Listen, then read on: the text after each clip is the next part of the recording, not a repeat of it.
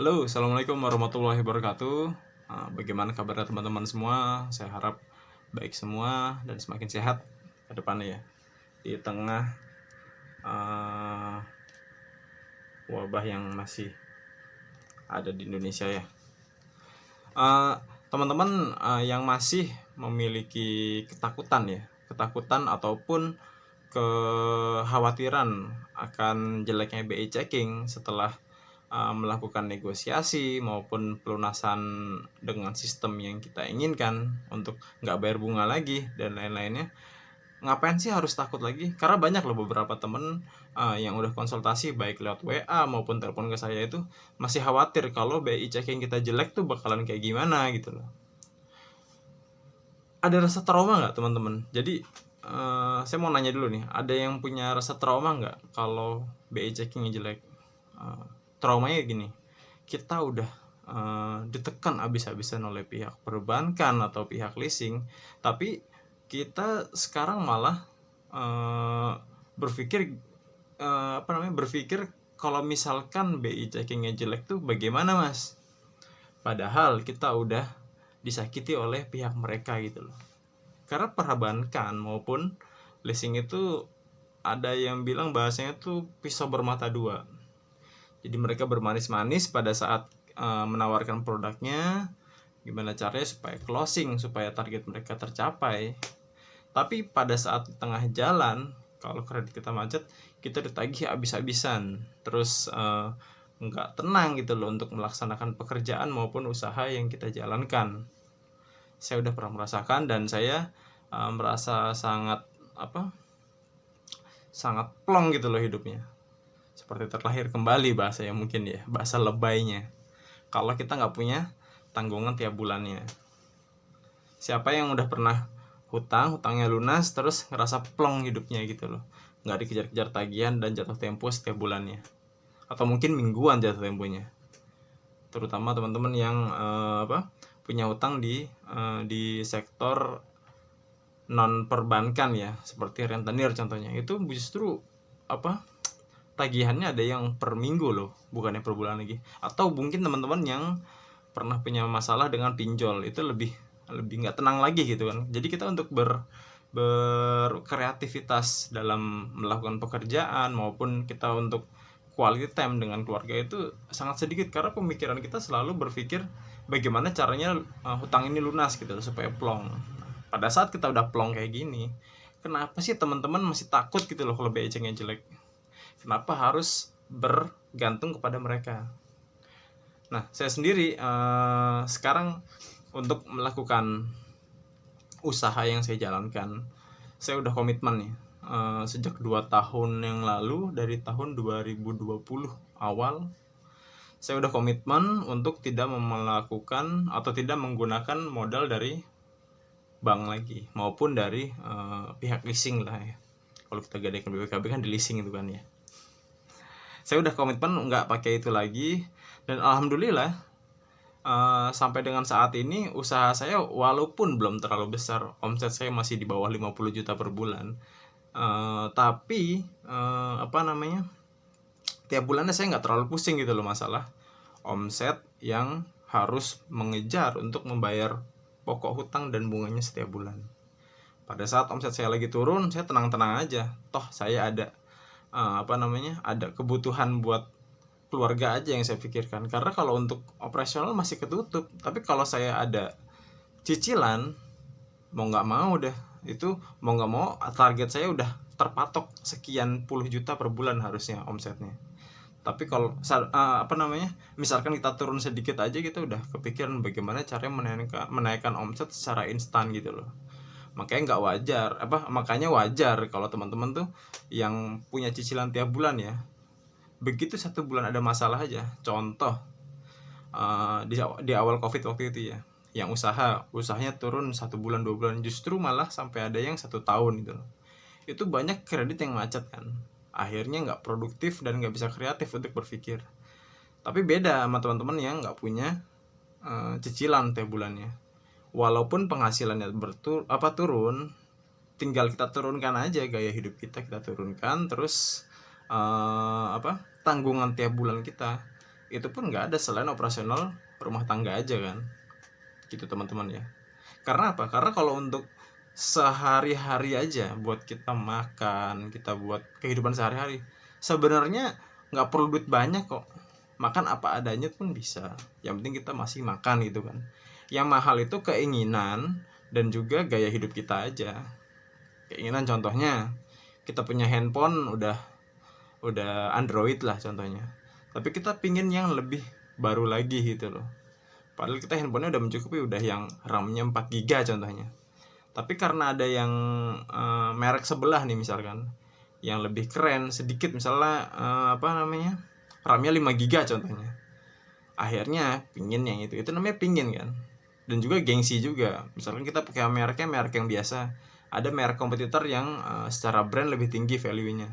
Akhirnya kita mau beli yang value-nya tinggi dengan angka yang pasti lebih tinggi.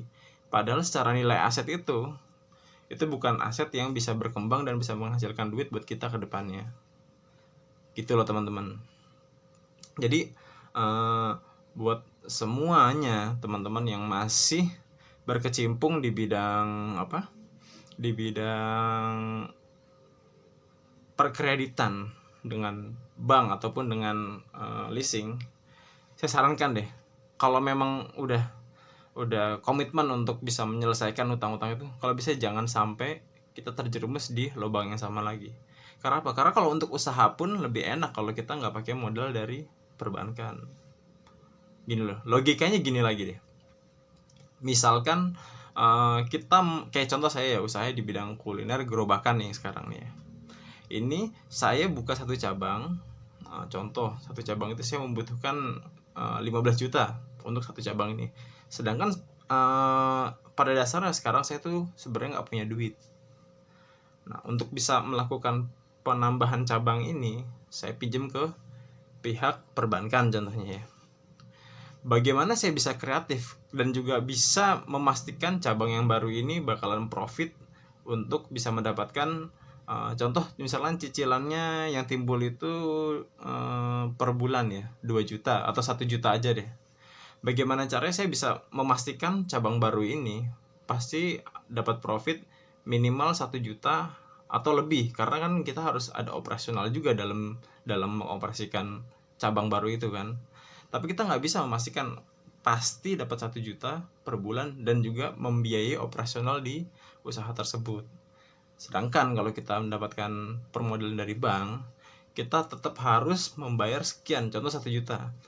Otomatis kalau kalau misalkan profit kita hanya 1 juta, operasional kita harus nanggung lagi kan ke depannya.